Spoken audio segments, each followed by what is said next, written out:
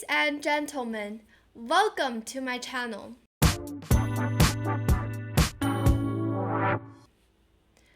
Today we're going to be taking a look at the 2025 Quantbox Chennai Grandmasters tournament held in India. The Chennai Grandmasters is the strongest tournament in India, but of course, besides those Indian top chess players, there are also players from other countries who are participating. And in this year's Chennai Grandmasters, we have Vincent Keymer from Germany participating as well here. And also there are other strong Grandmasters from all over the world, but there are a lot from India, of course. There's Arjun Eragesi, Nihal Sharan, Vidit Gurati, and more. So there is the Masters sections as well as the Challengers section, but of course, once again, the Masters section is where all of the tension, all of the focuses is on. And today we're going to be taking a look at a game from the Masters. And if you guys have been following this event for a while, you might know that Vincent Keymer from Germany right now is in the lead. Today, the time I'm recording this video, the 8th round is almost about to finish, and Vincent has just drew his game against Jordan. And tomorrow, the very last game, if he just draws, he will be the champion. And well, if he wins, it will be an even more beautiful score. But already right now, he is in a pretty big lead so far and having a really nice tournament without losing a single game. And what's more, after his win against Awonder Liang in round 7, he got his first ever time in history to go to join the top 10 chess players in the world by FIDE rating. So it's a really great tournament that he had so far. And today let's take a look at round 7, where he is playing against Awonder Liang with the black pieces. This is a really decisive game that he had played in this whole tournament, and let's see how it went. So here, Awonder plays the move e4, and we have the move e5, knight f3, knight c6, bishop c4, we have the Italian game, d3, h6, short castle, d6, d4. Now, all of this is quite standard, but after this move d4, it's not that common, not the most common move in the Italian here. More common is to play a4 or c3 to prepare d4. Going d4 immediately will be a more aggressive option and more straightforward. So Awonder here decides to go for this move. Here, Vincent spent about 7 minutes thinking. Maybe it got out of his opening preparation, or he is somehow unfamiliar with this variation. So he spent some time thinking, and it is, of course, very important for you to stop and think when you are facing with some unfamiliar openings. And here he played this, not the best reply, bishop g4, but I guess Awonder here, just needs to follow the opening moves, and he plays the move c3 really fast. Maybe it's still in his opening knowledge or something. c3, the best move, and here Vincent plays the move bishop e7 after thinking for a very long 14 minutes. So by looking at the time usage in the opening's first 10 moves, were actually the first 7 moves, that is, Vincent spent a lot of time thinking with the move bishop g4 and bishop e7. So already we can be 100% sure that he is unfamiliar completely with this opening, the move d4, and maybe he has never played against this variation before. So he began to think, well, so far he just developed his pieces normally and it's not a big deal yet. Awonder here plays the move d5, still playing extremely fast. Here Vincent plays the move knight b8 back, with the idea of going knight d7, knight b6, or knight c5 in the future, and also maybe the move c6. Here, Awonder plays the move bishop d3 back, still without thinking. Here, Vincent plays knight bd7. We have the move rook e1, c6. A slight inaccuracy. Probably it is better for Vincent to just simply castle his king and to develop the rest of his pieces. Always important to get your king to safety first before you start to open up everything in the center of the board. But here Vincent decides to play the move c6 immediately. Not a really big mistake. Here, Awonder plays the move c4, finally started to think for a couple of minutes. Vincent plays the move knight c5, attacking the bishop, but of course, this light square bishop on d3 is a really bad piece, as you can see, because it is blocked by its own 2 pawns. So it's not a big deal for white to give up the bishop pair. Black plays move knight d3, queen takes d3, castles, h3, bishop goes back to d7.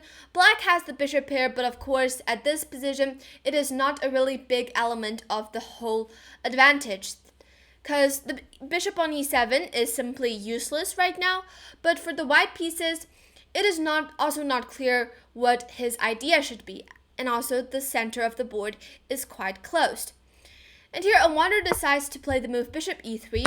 Vincent takes on d5, but of course, if he plays something like c5 to close everything in the center, the e7 bishop will just sit there forever.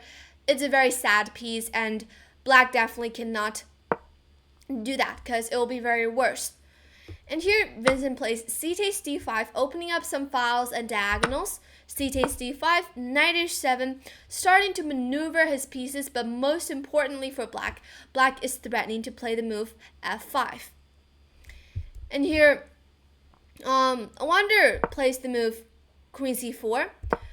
King h8 was played, running away from this diagonal, very necessary. Rook c1, and here Vincent goes for the move f5. And already at this point, Awonder probably made a few inaccuracies, like at the beginning, like knight c3 or something. Like here, he is still better. But after, as you can see, after a couple of moves, h3, bishop e3, he didn't really do anything so special and somehow waste a couple of moves, and now gives Vincent the time to attack. f5 was played, queen b3, followed by a very decisive mistake here by Awonder. Again, he is just playing way too slow here. He needs to come up with ideas, and the best move here for him is to play e takes f5. And after bishop takes f5, probably for him to gain full control of the e4 square by playing the move knight d2. And after knight f6, again, if you want to play here, it is, well, at this point it's not possible because there's rook c8, and after the queen goes b5, and if you have to take, oops, mouse slip. Let's say if you have to take, but you lose the knight on e4. But if black plays knight f6 here, I mean, if black plays something else like queen d7, it is of course possible for white to play knight d4. But if black here plays the move knight f6, then it is better for white to play knight f1. This knight is really flexible and can go to g3.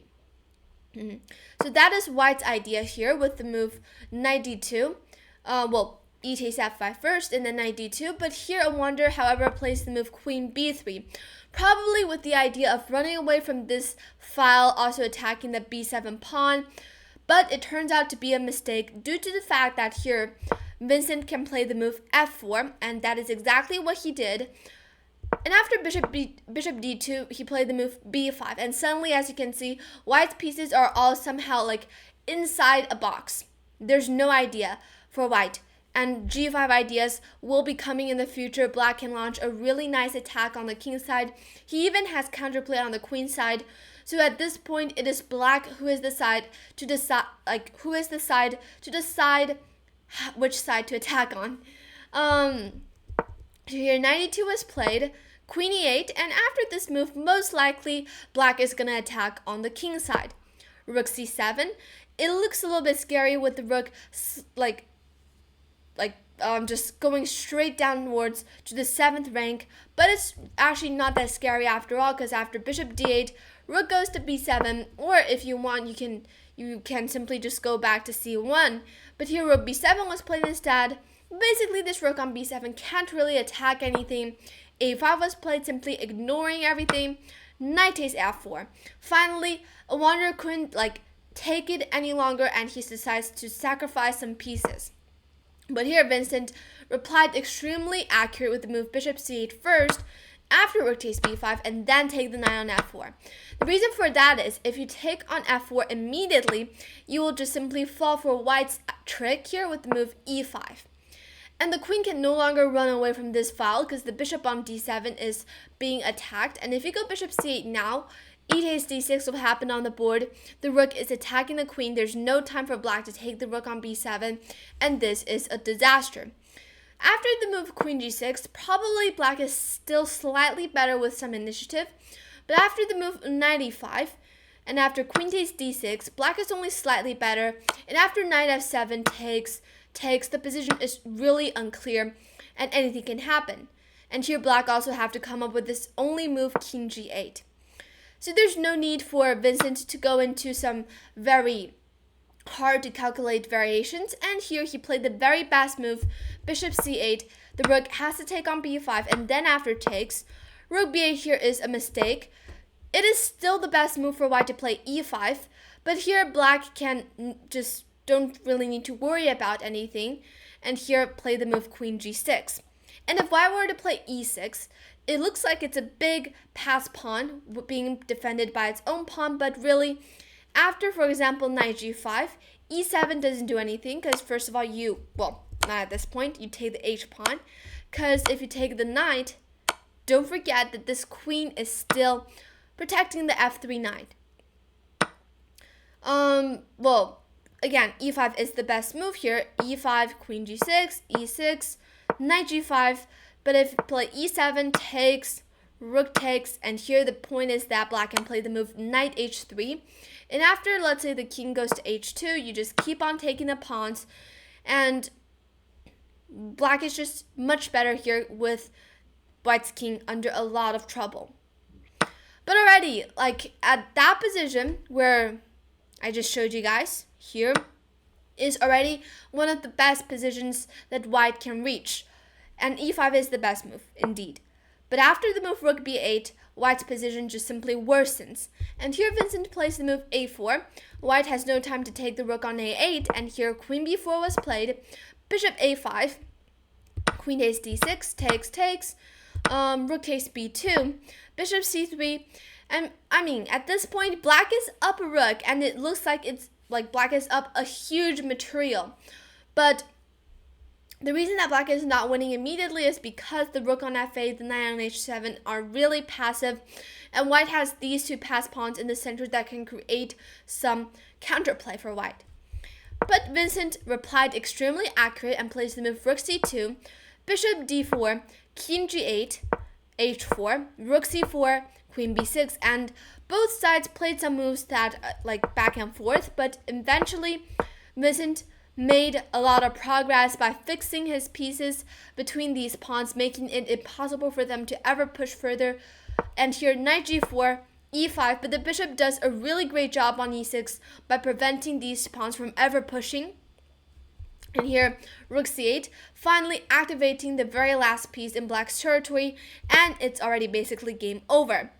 And here, Awonder plays the move queen d2, but after he played this move immediately, he resigned due to the fact that after the move rook c2, let's say queen takes on f4, but after rook f8, black is just simply up a rook, white has no counterplay, and maybe Awonder realized that he can't do anything, and he resigned after his own move, queen d2.